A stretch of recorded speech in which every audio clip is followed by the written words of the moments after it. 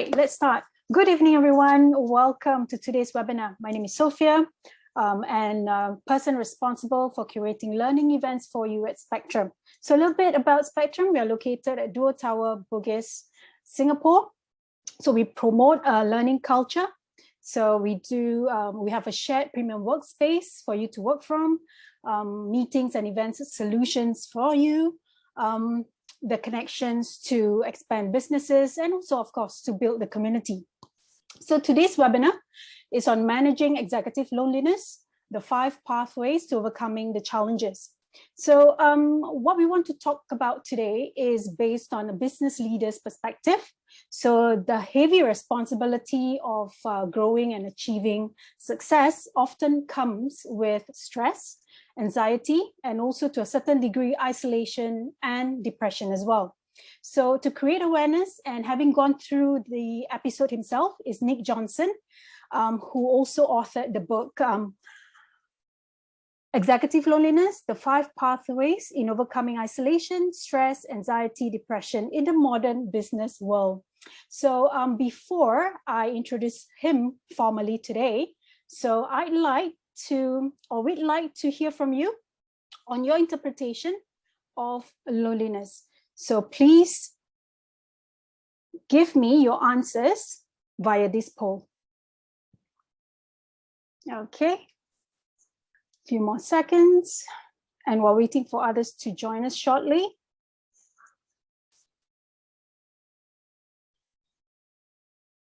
Okay, if you can put in your poll onto what is loneliness? Is it an unpleasant emotional response to perceived isolation, anxious feelings about a lack of communication or connection with other beings, or can be felt even when surrounded by other people? It is not having lots of people in your life, or lacking high quality, meaningful, strong relationships, or even lost belongingness, could be with their family or your family or a workplace.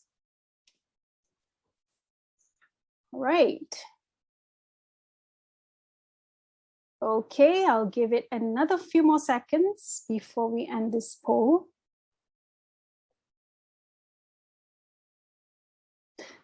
All right, so there you have it, the results: anxious feelings about a lack of connection, communication with other beings. So Nick, I'll let you address this during your presentation.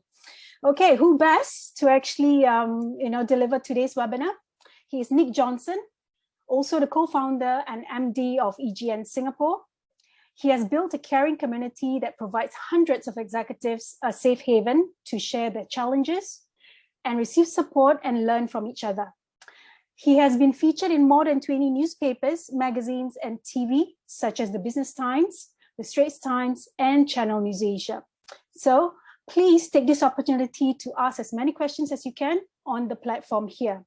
So without further ado, Nick, over to you, please. Thank you. Thank you so much, Sophia, and thank you, Spectrum, and thanks everyone for joining tonight. So let me just start by sharing my slides. Just give me a few seconds.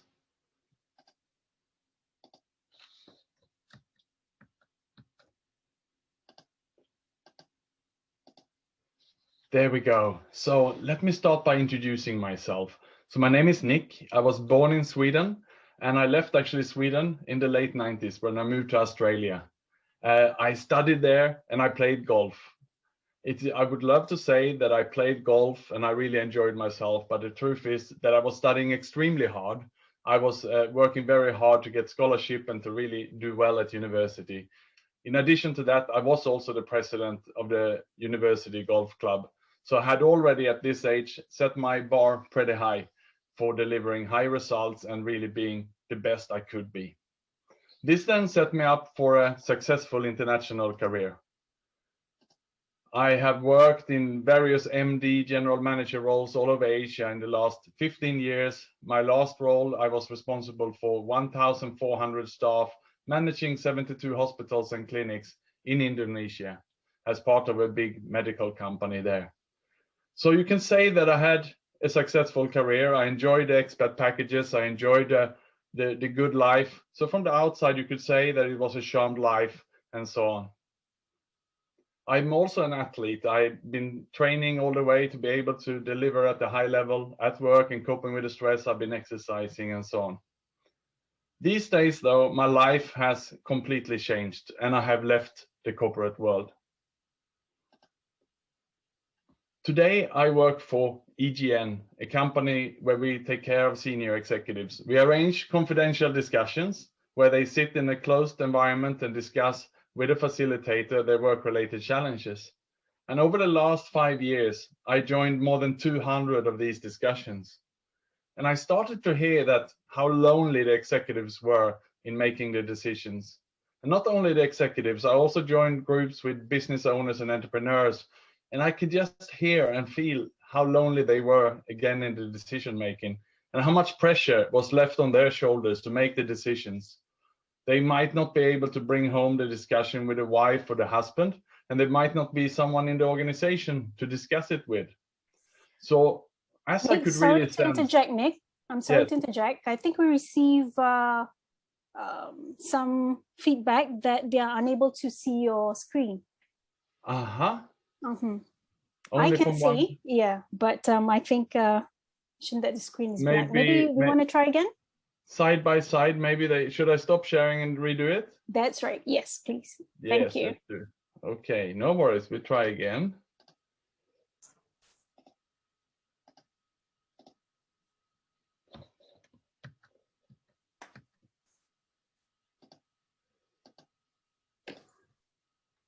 Can you see now?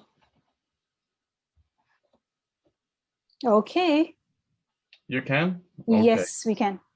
Okay, let's try again. So basically, as I was listening to the executives and the business owners and entrepreneurs, I could hear this common thread among hundreds of meetings that they all shared how lonely they were.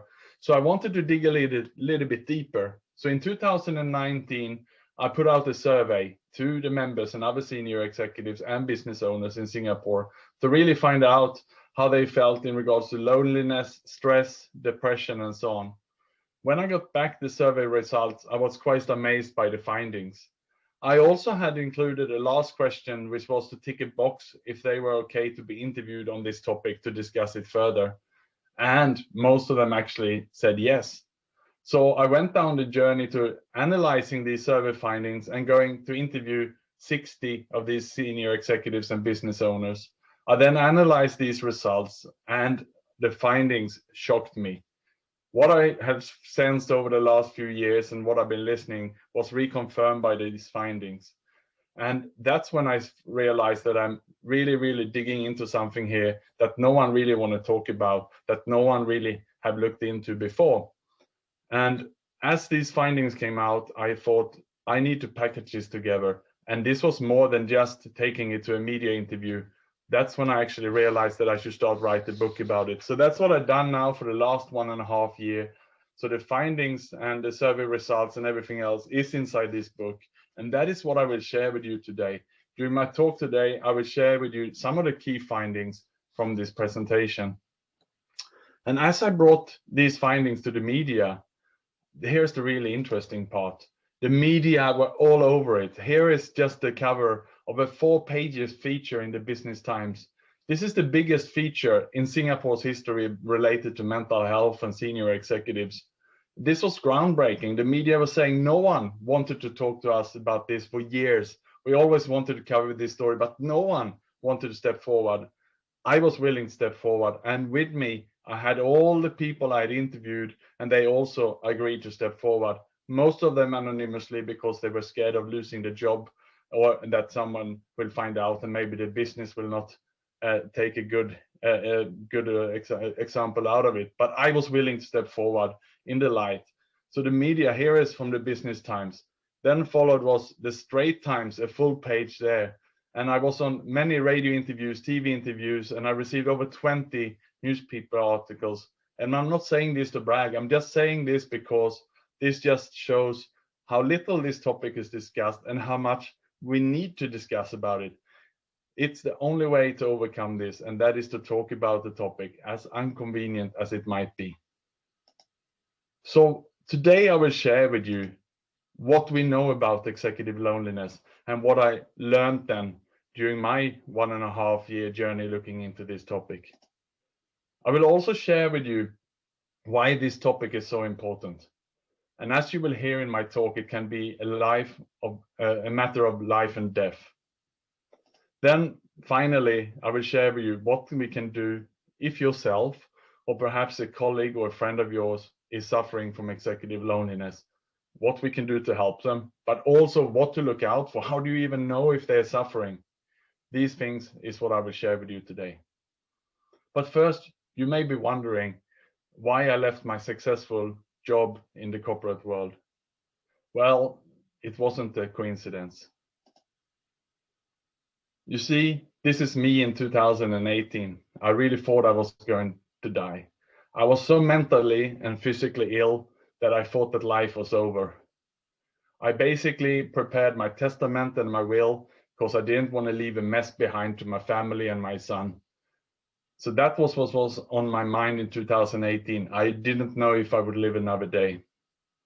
So later on, though, it was something that happened, a switch inside me that brought me back to life. And I will share with you today what was it that made that switch, because that is the difference between life and death in many situations.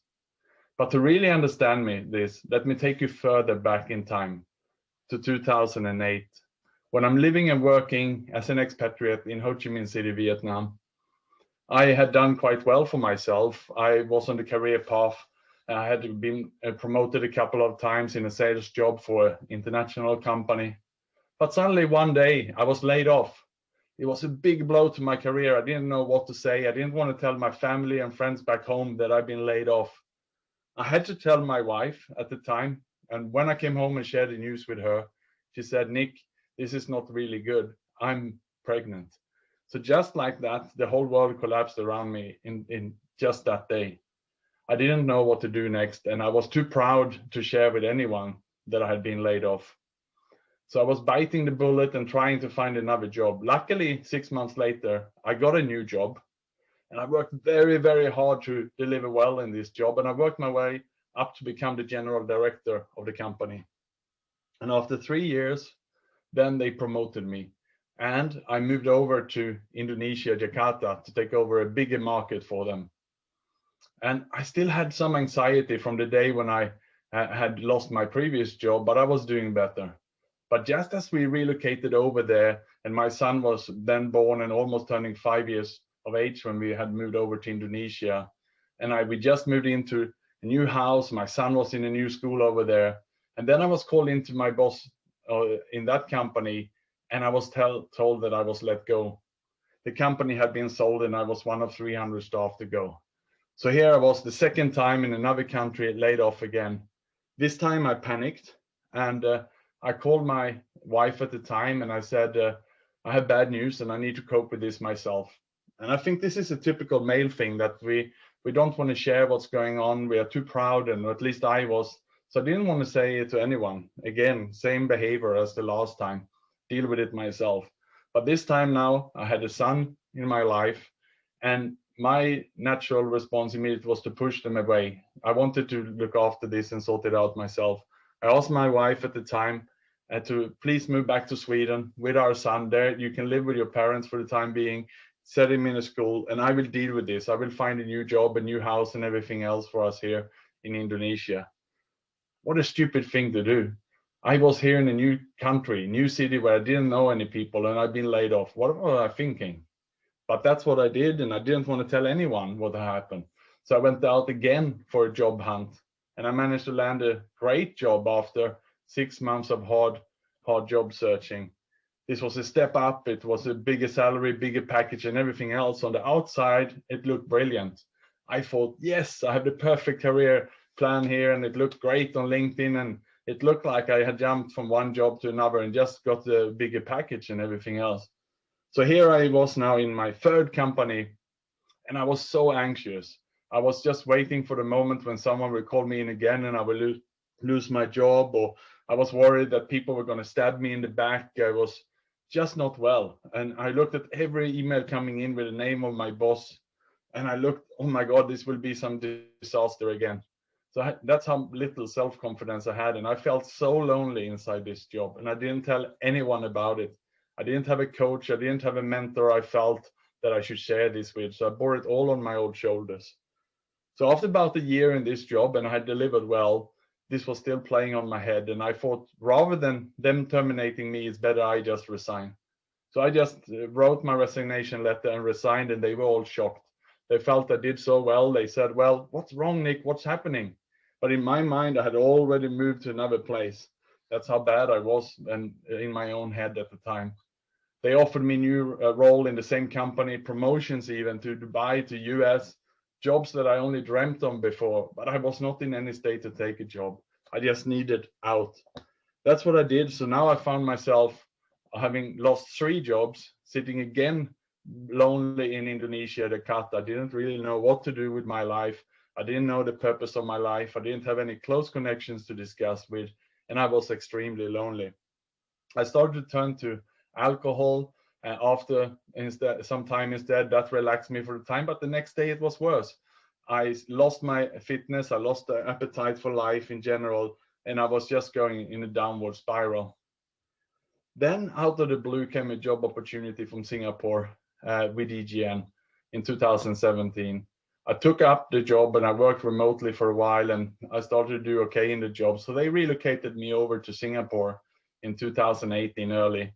Here I was then again in a new country, lonely again, trying to do a new job, and things were pretty tough. And leaving for a new country, you have to set up the bank account, get work permits, and everything else that comes with it. And it's challenging in itself, but if you're not strong and you don't know people and you don't have friends, then it can be very lonely. So here is a photo of me when I moved over in 2018 to Singapore. And I put on a lot of weight, and it isn't all the great food in Singapore. It was mainly alcohol, drinking too much. And while it relaxed me for a while, and you can see a bit of a smile on me there, inside, I was really, really dying. I felt so nervous, anxious, and so lonely. So I had panic attacks, and I reminded myself that the average age of men in on the father's side in the family was 44. Most of them died of heart attack. I was just waiting for my day to come. I saw doctors and they reconfirmed this. I had really, really high blood pressure. My liver values were bad, and that just made me panic more. It was just a full-on circle, and I was just so sick. Here is a photo of my left foot in March 2018. I had x-rays of it. I thought it was broken. Doctors thought it was broken. It wasn't. It was later only a psychologist who diagnosed it as a psychosomatic disorder. It's a mental disease that is shown up on the body, and it's a result of stress and anxiety. So you can imagine how I felt inside when this is what shows up on the outside of my body. I was full of acne as well, and I didn't know where it came from on my face and my back, and this was my left foot. I could hardly put on a shoe. Then suddenly I was so sick and I surrendered. And that's when the switch came and I came back to life. I will later tell you what it was that made that turnaround happen. But just as I started to come back, disaster struck. My friend and colleague Simon, who is an expat living and working in Singapore, he died of suicide. He was helping me as a presenter on some of the events, and we were going to rehearse one day together, and he just didn't show up. The next day, I got the news, and it was confirmed that he had died of suicide. Why? Why did this happen? Simon was a man who was living in his best years. He had just come back from Mount Everest. One of his dreams was to climb up to the base camp. He's been up there. I had followed him on Facebook where he showed his videos. He looked like he was in the form of his life. In Singapore, he had a girlfriend he loved, and he had pictures with her on Facebook where he said he's never been luckier, never been happier. So this was what we saw. All our friends on the outside, we thought he was having the best year of his life, and suddenly he was just gone. Loneliness, stress, and anxiety had taken him away, and he just didn't speak up to anyone.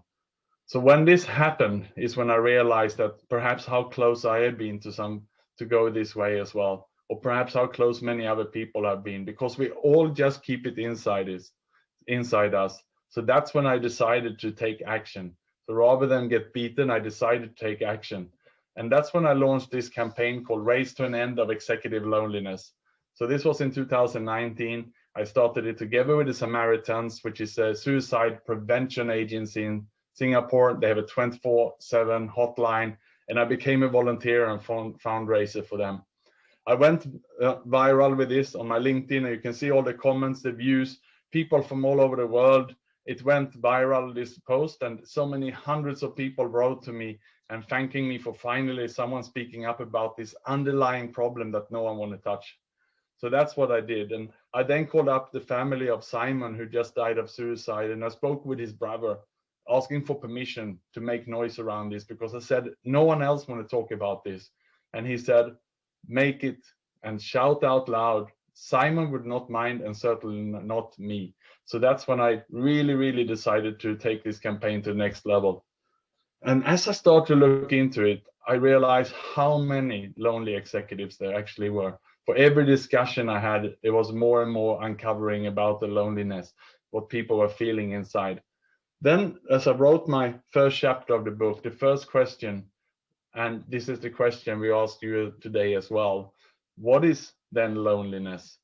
And I couldn't really even answer it right away. It was just overwhelming for me.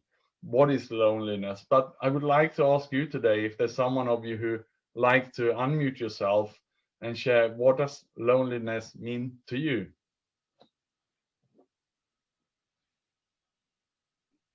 Or Nick, if I can suggest, probably they could also put in their comments in the Q&A. Yes, they can also. We can discuss this afterwards. You can bear this in mind for later on, indeed. I can, for now, share what loneliness meant to me when I was sick. Basically, I had the same family as I have now. I have the same friends, basically. And even I was the founder and managing director of EGN, same as now. What have changed then in a couple of years? Well, I could be surrounded by family, I could be surrounded by friends, and I could be completely lonely. I could be in this room and I had lost the connection. These days, I feel the connection when I'm around the same people. At that time, I couldn't feel the connection with them because I couldn't feel the connection by myself, within myself. I had lost it. I didn't feel happy about myself. I didn't feel happy about how I treated myself, my body, physically and mentally. I was just not happy. So if you don't love yourself and if you're not happy with the way you are, how can you possibly let someone else into your life? So that's basically what loneliness means to me. And as I was then getting on more and more radio and TV interviews and so on this topic, they also asked me, what does executive loneliness mean then? And on CNA radio, they asked this in 2019. And I said, it's very lonely at the top, not only at the top as an executive, but also as an entrepreneur and business owner. It's very lonely. But if you look at an example of an executive, in Singapore, the most senior executives are regional directors, reporting perhaps to an owner or a board in another country in Europe or perhaps in US.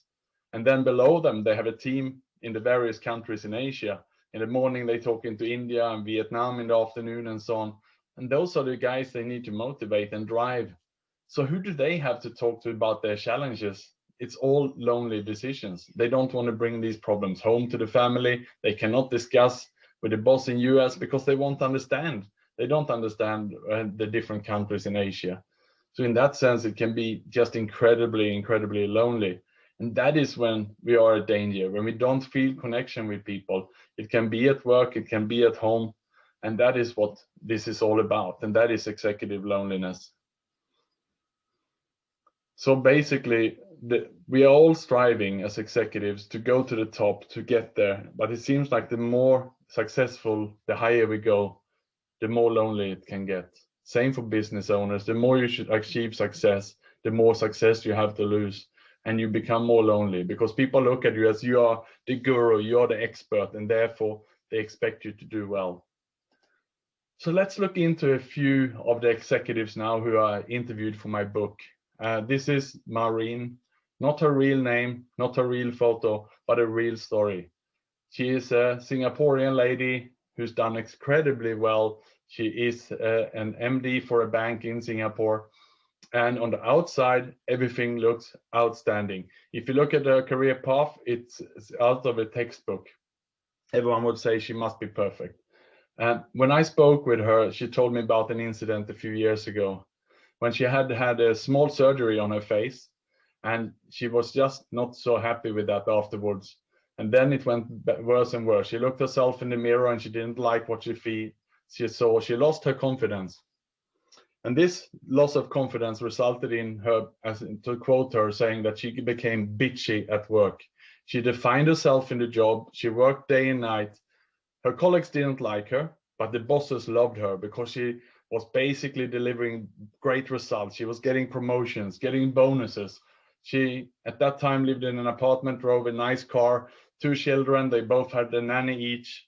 She was out clubbing. She was drinking. She was partying, going on holidays, shopping. Basically, the life of what many people are dreaming about, she was living it. She put on a great smile, went to yoga classes, and everyone felt that things were great. But behind the scene, she was suffering. At home, because of a lack of confidence, she started to have conflicts with her husband because she didn't love herself. He couldn't love her either, she felt. So the relationship was quickly falling down. And she said it went so bad that she actually started to plan for her own suicide. She even rehearsed it twice by herself. Suddenly, something changed in her, and I will later also share with you what it was that saved her life, because it was the same thing that happened to me. Let's look at another case here. Paolo. He's a regional IT director, and in the last year, when I spoke with him, his targets had been higher and higher the whole time. In a very uncertain market, he's felt so much pressure from his boss to really deliver. He's almost forced to deliver great forecasts, which are looking very good, so that his boss can present it to the board, but he already knows that he's not going to achieve these results. So he's trying to please his boss by giving these fake, basically, forecasts. At the end of the day, he just feels completely miserable. He basically lost all his confidence in his ability to deliver the job. At home, this resulted in also his divorce, and he's now basically feeling incredibly lonely, just waiting for when he is about to be fired. Then we have Anne, a HR lady who's done well in the HR space, and she has had a complete breakdown with her son. Her son is basically turned to drugs and to alcohol. He doesn't have a job during these times, and she just feels so bad that she cannot even lead her own son. She lost the connection. They cannot have an honest conversation, and at work, this has really brought her confidence down, and she feels incredibly lonely at work as well, and she's isolating herself. Her husband used to travel a lot before COVID in the region. Now they are all home, and the relationship is also breaking down. Then I looked basically on the numbers internationally and globally. So let me share some of those numbers as well. What I found was that about 5% of people globally are suffering from depression. I also found out that women are 2 times more prone to depression, but it seems like men are more lonely. So why is that? Well, women seems to have just a couple of close friends who they talk to, a few girls who they confine in, who they chit chat, and they go a little bit deeper than us men. We men, we go to the bar and meet for a beer, or we cycle and we have a bit of a chat, but we don't go as deep as the women do. And perhaps we're not as close friendship as the women's. Then though, if we take it the next step forward, this is the numbers basically that I found, that men are 4 times more prone to suicide.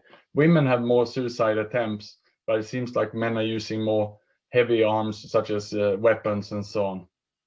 So that's the scary picture that is out there. What about in Singapore then? I also looked into the numbers through my survey on depression and loneliness. I found out that 30% of executives in Singapore are suffering from executive loneliness. This is pretty much in line with the global numbers, that 33% of adults are suffering from loneliness. But look at the date here. I did this survey before the pandemic, and I wanted to do it again during the pandemic. So here is from December 2020, in the middle of the pandemic, you can see the numbers of loneliness have doubled. And when you're asking people why is that, well, working from home, cannot really connect as close and as deep on a Zoom meeting with someone as you can in person. Perhaps you can do the business, but you might not have that little coffee machine talk when you're actually telling the things that you want to speak in privately about. So this is actually what we are seeing, and perhaps you feel like this yourself, that you might have lost some connection and perhaps feeling a bit more lonely. So this is the what we're dealing with at the moment. What about, how do we talk about these feelings then? Here's the really scary part. 84% of the executives we surveyed in Singapore, they don't want to talk to their boss about this. They keep it for themselves. And when you ask them why, well, if I tell my boss that I'm suffering mentally, then I won't get the next promotion. Then when a new role comes up in another market, they won't send me there, and they will take someone else. So people really, really don't want the company they work for to find out that they're suffering. This is really, really a taboo topic. For some reason, we're okay to tell the company that we've broken a leg or an arm, but if we're suffering a bit mentally, by burnout or stress, we're trying to keep it silent. Here's another scary part. People then still, a vast majority also, do not seek help for it. These are global numbers aligned as well. 74% of the executives in Singapore don't seek help. 75% is the global numbers. People are scared to be seen at the psychologist or therapist. I went to interview all the major psychologists working with senior expats in Singapore for my book. And what I did as I came to them, I took up my mobile phone and I went on the Facebook page. Most of them had a Facebook page, and I clicked like, and then I checked in at the location. And I found that I was one of the 2 or 3 people only who ever in the history had checked into this site. If people go to a restaurant or a spa or a bar, they're okay to check in, but it obviously shows that no one wants to check in or be seen as a psychologist or a therapist. It's just such a taboo topic. So people therefore don't want to seek help. So this is, people are not talking about it in the company, they're not seeking help, and we are also isolating ourselves, and we are lonely. So this is a recipe for disaster, and this is what we're talking about with this topic. So would then successful people, if you have more money, more fame, would that be safer for you? Would you not feel so lonely then? In fact, I would say it's rather the opposite. I looked into celebrities, rich people. I looked into successful executives, millionaires, billionaires. Here is one of the most successful entrepreneurs out of India, Vijay Siddhartha. He's the founder of India's biggest coffee chain. He actually died of suicide in 2019, the same month as Simon died of suicide. So for anyone who's Indian will know him very well, and a very, very tragic case. And if you look, always hiding behind the smile, hiding behind the success, no one had any idea he was suffering. And then let's look at this book. This is the cover of Delivering Happiness. I call it, and many call it, the Bible of customer happiness. It was written by Tony Hsieh, who sold his company for $2 billion to Amazon. The company was sold for $2 billion because they had the best customer satisfaction in the world. It's just an amazing read on customer satisfaction. And Tony is an amazing guy who's been hammering how happy he was and how happy his company was to work for.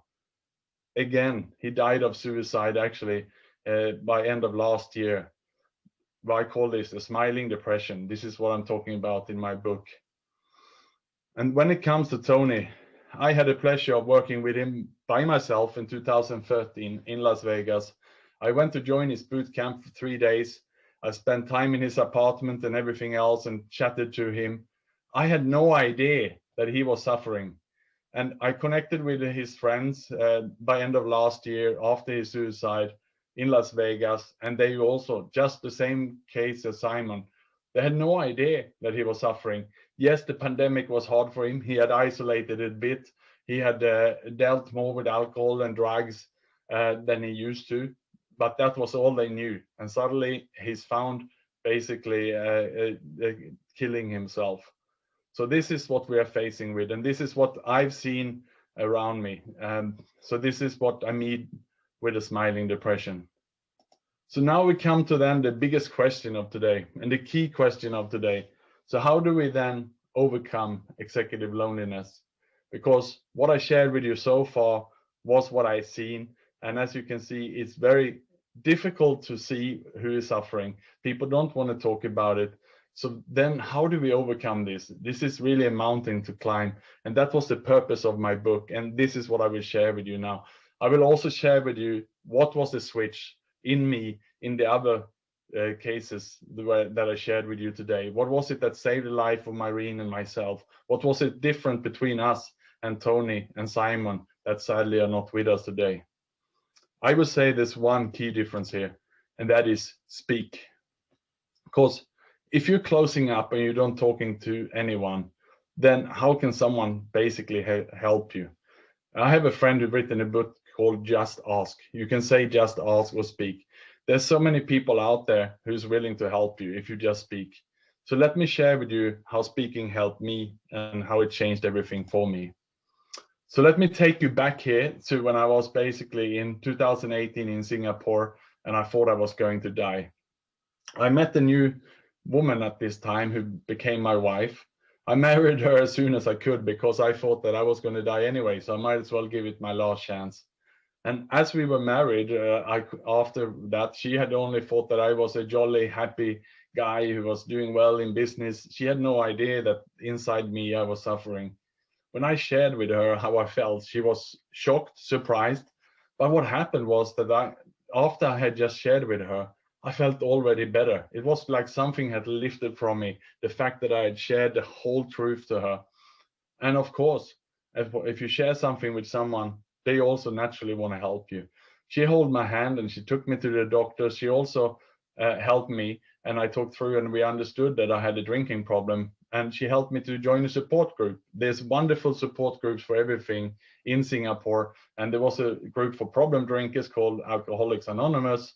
And I went to meetings there. I met with like-minded people who during this time also had a drinking problem. That problem was solved. And as of today, I still haven't had a drink of alcohol for over 3 years. So that was removed. I changed my diet. I changed my sleeping pattern. I got into exercise. And I just kept asking people around me. I had so many friends on Facebook. So I looked in on my Facebook. I saw some people running, some people jogging, some people cycling. And I asked them, give me some tips. Can you help me, please? I need to get fit. I turned to some of my friends who also were good into diets, nutrition, and who really, they were so happy when I asked them, can you please help me? Can you please help me? And they loved to help. No one wanted any money. And I just basically started to get so many people surrounding me who I was open, honest with, and I shared what was going on in my life. And that was what was the switch. That was what would just help me. And I just was thinking then, imagine if Tony, who sold his company for $2 billion, he had all the money in the world. Imagine if he just shared with one or two of his friends how he felt. And imagine if Simon, who had his girlfriend, would just share with someone, or her even, or me, how he felt. We would quickly be there and address whatever the problem was in his life. So as quickly we share this, the recovery goes very, very fast, much quicker than we go downhill when we're getting sick. So here is a photo of me to the left there when I'm finishing an Ironman race, just 1 year after that photo with my swollen foot. I quickly had recovered so well that I could do this Ironman event, which is a 3.8 kilometer swim and 180 kilometer bike ride, and then you run a marathon after. It's one of the most extreme events for amateurs like that. So it took me just over a year to get back into that shape. Then the photo here you see here is a full page actually from the Business Times last Saturday in Singapore, where they interviewed me because I did one of the races early in Singapore this year, and I'm in the best shape of my life. And this physical wellness basically spreads across to my mental well-being. I'm eating well, I'm sleeping like a baby. So it's all interlinked, but also by sharing openly, even with you today or in the newspaper, with everyone around me, how I'm feeling. If I'm not feeling well today, address it. If there is tension somewhere, if I have some relationships that are not well, be honest, talk about it, put it on the table for sharing. And that's the journey that I want to be on. So my key learning here for you, the first one, is really speak to help yourself. If you have something on your shoulder today, speak to your partner tonight or your friend or your colleague and just share one thing tonight. And you will thank me tomorrow. And I hope you send me a message. I will share with you my LinkedIn page. How did it feel for you tonight to just open up to share with one person how you feel? You will be surprised. So let's now look at Maureen, what happened with her. Remember, I told you that she had rehearsed her own suicide 2 times.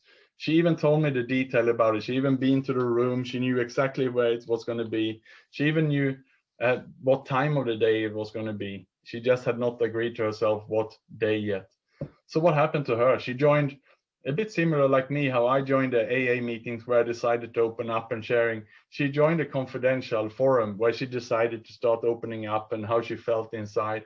And she was talking openly. And very quickly, people said, yeah, I also felt like that. I also went through that. And she got then the confidence to see that, oh, I'm not alone. Other people are also going through difficult times in life. And she very quickly started to get confidence. She came back into her work and she made amends with her colleagues. She apologized for the ones that she had not been so nice to. And she basically became more humble. Back home, she apologized to the husband and she said, I will join therapy. She went to the therapy and basically the husband also joined and the 3 of them were discussing everything. They uncovered her plans for the suicide and they worked on it in the open and discussed it.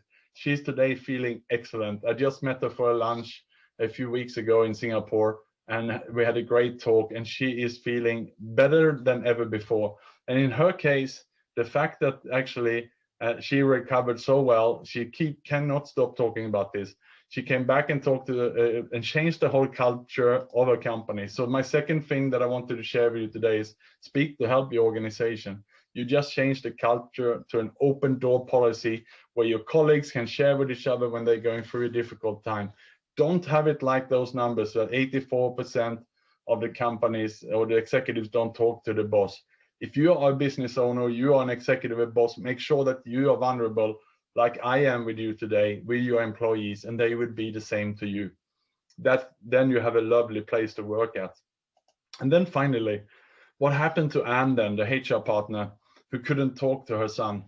Well, she actually listened to my keynote just like today, but about 1 year ago.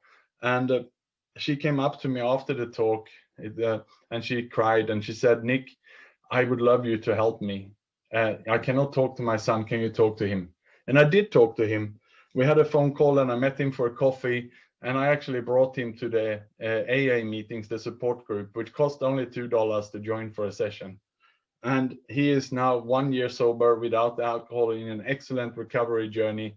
And he has made amends with a mom and they have a wonderful relationship today. So as you can see, there's people all around us. In this case, it was me who could help someone back, just like other people have helped me. So never ever be shy to speak and to ask for help. So if you have some family members who may be suffering, or if you're suffering, talk to your family or get someone external, get a support to help.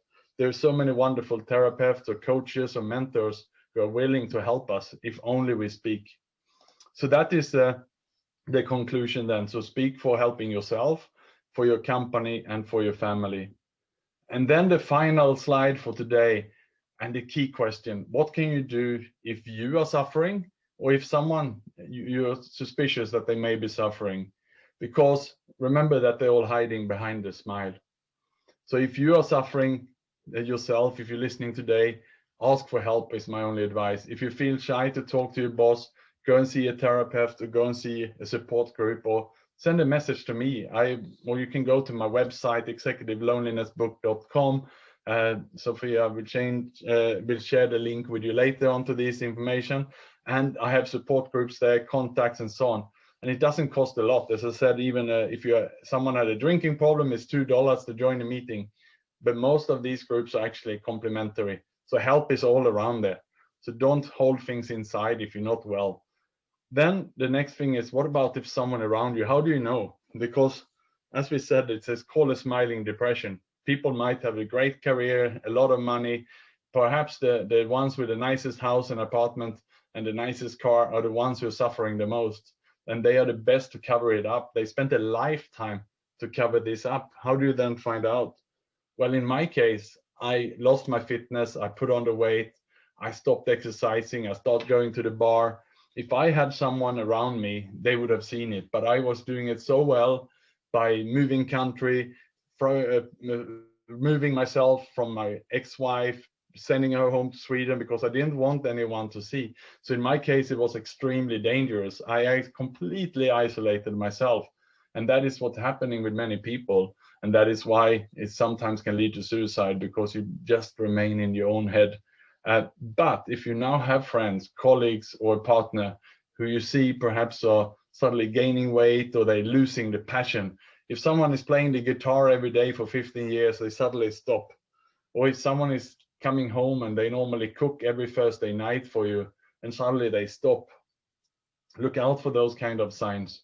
And in that case, try to have a conversation with them. But remember one thing, it's very difficult. If you press someone to open up, they won't say anything. You need to open up first.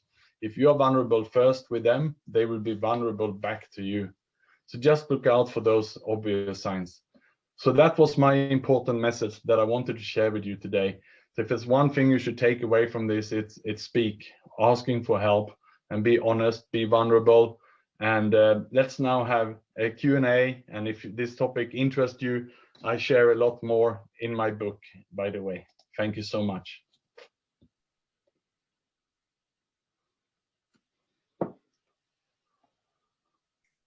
Great, thank you, Nick. Nick, would you mind stop sharing, and then we can go into the Q&A section. Okay, great, thank you.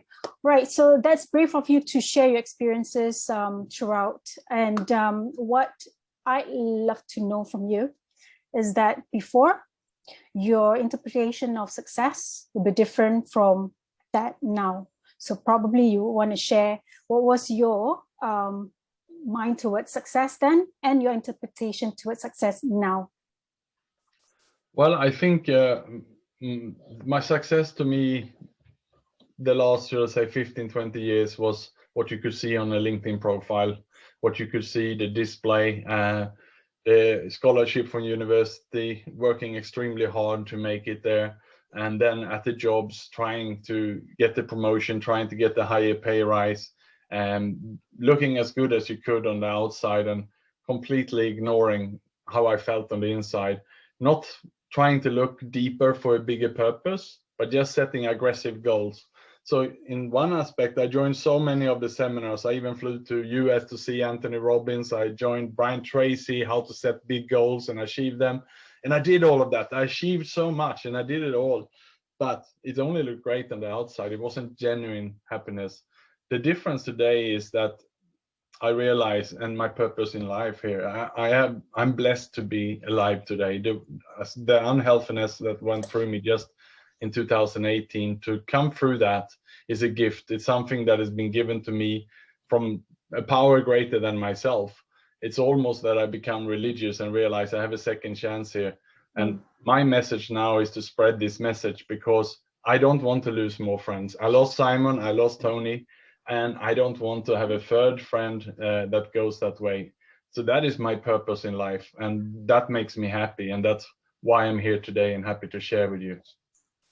Right. So, so what do you think organizations can do to help senior executives to overcome these as well? So speak, yes, speak to the organization, but what do you think can be done more in that aspect?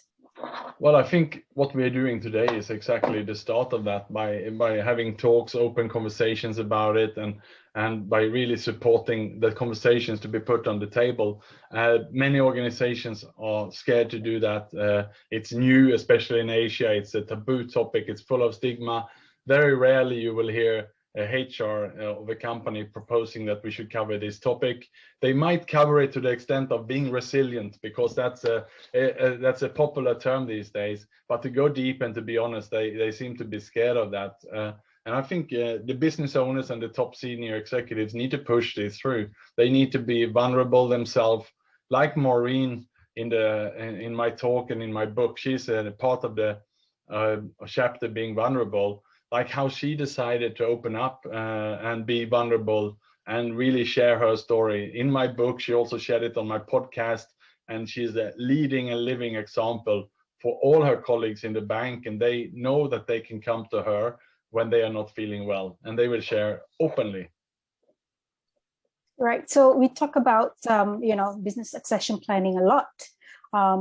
That's crucial, especially during the pandemic, trying to ensure that you manage agility during these uncertain times. So how would you advise in terms of, to your successor, how to manage the business aspect and also managing their mental well-being as well? Well, yeah, I agree. Success planning is important, but remember that if you have colleagues that burn out, that you lose to burnout, and imagine if it's a senior executive, someone who perhaps you recruited for an expensive, using recruitment companies, you might have trained them, you sent them around the world for conferences, and you paid all this money for them, and they are 3 or 5 years in your company, and they burn out, then what's going to happen? They're going to resign and you lose them. So it's really, if you cannot have healthy executives inside the organization, then you're going to lose them. I think all of us can look around us, and we know some senior executives who have crashed during the last year, during the pandemic, who basically resigned and said, it's enough, I had enough. And that means perhaps someone who's been 20 years in the same company, they have crashed during these times. So I mean, success planning is one thing, but why not instead invest the money in looking after the people inside the company? And that doesn't cost much money. It can be the small thing, like having one open and honest conversation by breaking it down. And you can change this culture overnight, but it has to start from the top. It really needs to be the owners, of the companies, or the MDs, or as also governments and external organizations like the Samaritans and so on, who can change this. So you mentioned about government, right? I heard from a friend as well that she's in the health sector. So this is becoming, much more normal, because as we work remotely, we don't really have that kind of face-to-face interaction for colleagues or even our family members, given the limit to the number of visits that we can do. So do you agree that in terms of the initiatives out there, more and more help in terms of getting help, in terms of platforms, in terms of information that people can receive in order to ensure that they are on top of their mental well-being? Yes, even the governments are finally picking this up. I mean, let's just look at Singapore. It was actually criminal, even with suicide attempts, until January 1, 2020. That's when it was decriminalized in Singapore. So that means until then, we couldn't even have this conversation. It would be illegal to even talk about it if we were talking about cases. Now, this is brought into the open, and that's why you have organizations like the Samaritans who now can function, charities who can support this conversation. And MOM, by the way, I've had 3 meetings with them. I received a written letter of thank you and appreciation from the directors of MOM as my book was out, to thanking me for the work I'm doing in the space. So that just shows also they are open for having this conversation, and every little step helps. That's great to know. I'll be sharing some links for everyone along the way. If you have any questions at this juncture, please feel free to drop in the platform here. So Nick, I want to ask, before we wrap up, so your interpretation or your sharing will be great in the difference between not only surviving and thriving. Do you have any comments on that?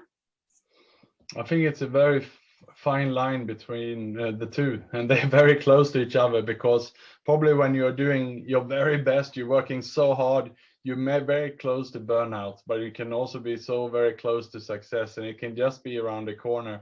That's why it's so hard to know what's going on, and especially also if you have worked so hard and you had so many, should I say, roller coaster journeys, like in my life, then I can even today be easily, on the going into the dark mind and thinking that things are not so good. So I really need to watch out for myself. I need to continue to go into support groups, and I need to continue to volunteer for these organizations to remind myself that, things are good, things are well. If something is not going well, talk about it and we sort it out. And So in that case, yeah, let's just always stay connected. And if you don't have some close friends, then there's always mentors.